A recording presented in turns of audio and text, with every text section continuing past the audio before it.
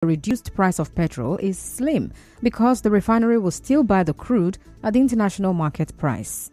Crude is being sold at international price. The people producing the crude, the IOCs, are international companies. From all indication and from all calculation, there will be a drop, but it wouldn't be as much as I presume the public is when we are importing the. There will be a drop, but it won't be drastic, but there will be a drop. It won't be.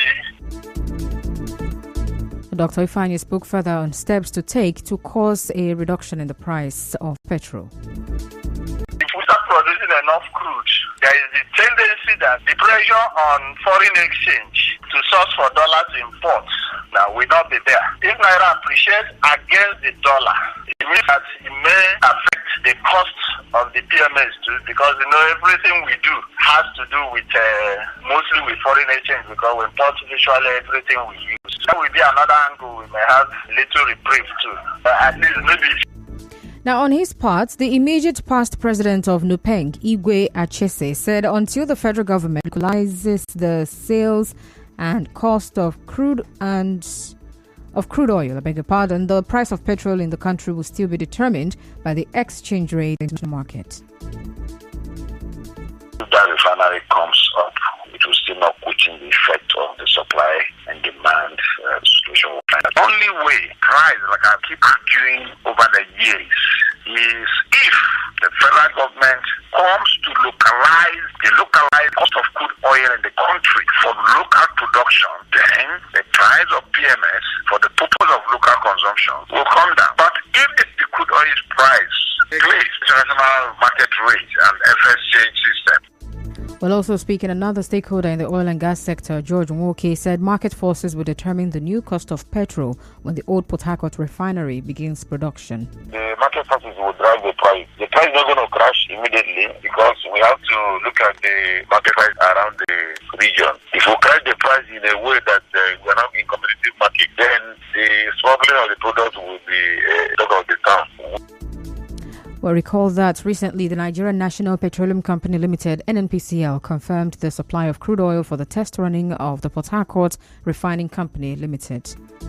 Away from that, victims of the 7 fire incidents recorded in Port Harcourt in December 2023 are still struggling with the aftermath. One of the victims, Charles Williams Opara, whose shop and town hall were burnt on the 17th of December 2023 at number 19A and B, Okoku Street, Mile 3 Dobu, tells correspondent Matthew Kerenkem that there has been no assistance from the government. He said his shop was his source of income and going through the festive season was not easy.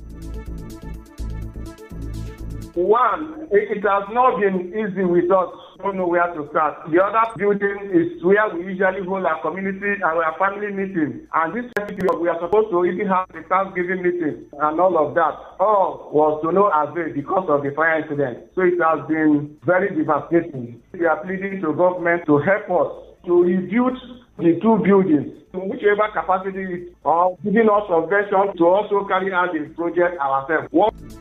On his part, Christian Simon,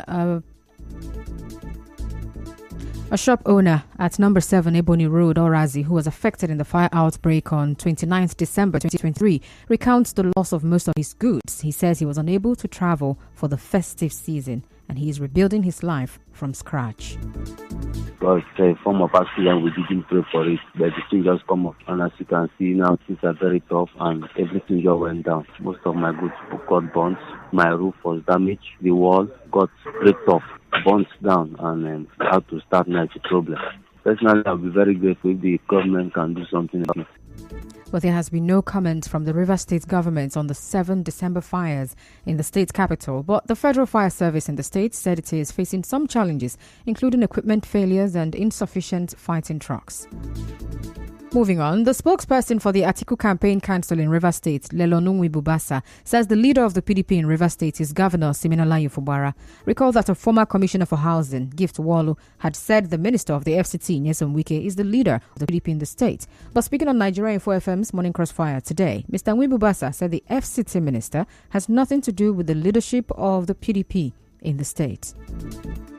The leadership of a party or the leader of a party is not a subjective view. It is provided that the governor of a state becomes the leader of the party in that state. Every governor is the leader of the party. So they said that the governor leads the party in the state. And so the governor of Rivers State, His Excellency Sim Fubara, is the leader of the party. The FCT minister has nothing to do with the leadership of the party. That's the truth.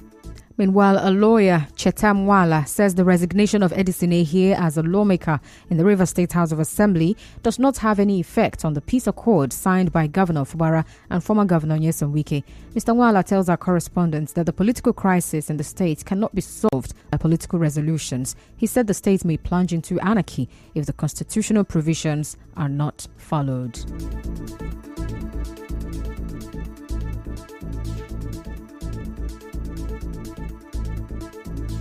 Still to come, President Tinubu suspends appointee 2 months after confirmation. Stay tuned. Nigeria Info, the hub for information, current affairs, and more. The president used his last Democracy Day address to talk about several issues, including security. It is this same government that they started it. They don't obey conduct. Join the conversation right here. Let's talk. This is the news on 92.3 Nigeria Info. Thanks for staying with us. The mayor of Housing, Ace China, has unveiled a security model aimed at creating peace and security to attract investments in the area. But this was disclosed at the weekend in Alisa Eleme when the community vigilante team was unveiled with modern gadgets procured for them by the mayor of Housing. Well, speaking of the unveiling, the mayor of Housing highlighted some of the benefits that await the Alisa community in the coming months if they continue to work for peace and security of investments in their area. He said what stands his model out is its corporate social responsibility projects, especially in the area of security and peace building. While speaking at the event, a son of Alisa, Chief Sonny Mpe, the Emeri Era 1 of Alisa community, appealed to the youth to ensure effective use of the security gadgets. But the chairman of the Board of Trustees of Alisa Highlands Aboriginal Landowners, Mr. Emmanuel Olaka, said Alisa people have embraced the development model presented to them by the mayor of Housing, where many Obarike Whites, the traditional prime minister and spokesman of the palace of the king of Alisa, urged the youth to honor the agreement with the mayor of Housing and remain loyal to the king. While receiving the security gadgets on behalf of the vigilantes, the youth president general Ndiwato said they have rejected other land speculators and settled with the mayor of Housing because they found him worthy. Well, the Alisa Youth Congress also conferred an award to the mayor of Housing. Now receiving the award, the mayor of Housing described it as the dearest and most important award to him. He said Alisa Highlands would be the first estate he would build directly. The federal government has suspended the accreditation and evaluation of degree certificates from Benin Republic and Togo. The spokesperson for the Ministry of Education, Augustine Obilo Duru, said the move followed a report detailing how some persons got a degree from a university in Benin Republic in less than 2 months. President Bola Tinubu has suspended the national coordinator of the National Social Investment Program Agency, Halima Shehu, over alleged fraud. Well, this comes back 2 months after the Senate confirmed Shehu as the national coordinator of the agency. And on the foreign scene, a shot that lightly wounded a man at a New Year's Eve party has prompted an angry political response after it emerged that it was fired from a gun owned by an Italian far-right MP, Emanuele Pozzolo. And that's the news this evening. But before we go, let's take a look at the highlights. On the news this evening, you heard that residents of Omarike in Ikwere, River State, have cried out for help over the impact of a reported gas leakage in the area. Now, some oil and gas stakeholders said the price of petrol will not drastically reduce even if the Port Harcourt refinery begins production. The River State government is still mute after 7 fire incidents were recorded in Port Harcourt this past December. And on the foreign scene, there is outcry in Italy after a lawmaker's gun injured a man at a New Year party. The news was edited by Onyeka Chinwosu. To reach the news team, send an SMS or WhatsApp to 0808-721-7215. I'm Constance Mega. Thank you for listening.